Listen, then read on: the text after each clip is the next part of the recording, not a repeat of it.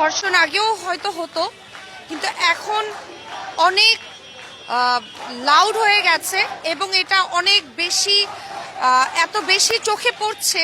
আগে এত হয়তো চোখে পড়ে নাই, হয়তো আগেও হয়েছে, কিন্তু এখন এত চোখে পড়ছে যেটা আসলে টনক নাড়িয়ে দেয়। আপনি মানুষ না হলে আপনি আজকে রাস্তায় মানে বাসায় বসে থাকবেন, রাস্তায় আপনাকে আসতে হবে যদি মানুষ হন।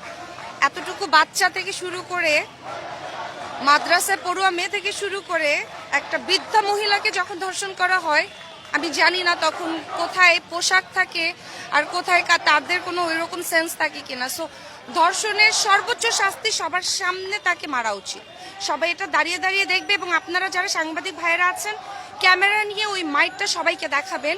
যারা আসতে না পারবে তারা যাতে অ্যাটলিস্ট টেলিভিশনে হোক, ইউটিউবে হোক, মোবাইলে হোক, তারা যেন ওই ভিডিওটা দেখতে পারে যে এর পরের বার ধর্ষণ করলে এর থেকেও ভয়ঙ্কর শাস্তি হতে হবে। এটা সবাইকে এগিয়ে আসতে হবে, সবাইকে। আমরা এই কয়েকজন মিলে, আমরা শুধু বাংলাদেশ ফ্যাশন ডিজাইনিং সোসাইটির মানুষ, আমরা এই কয়েকজন পারবো না। আপনাদের সবাইকে এগিয়ে আসতে হবে। আমাদের অর্গানাইজেশন থেকে আমরা যতটুকু পারছি আমরা করছি, কিন্তু যখন সবাই এগিয়ে আসবেন তখন মানে ঐক্যবদ্ধতা সৃষ্টি হবে, এটা আমার কাছে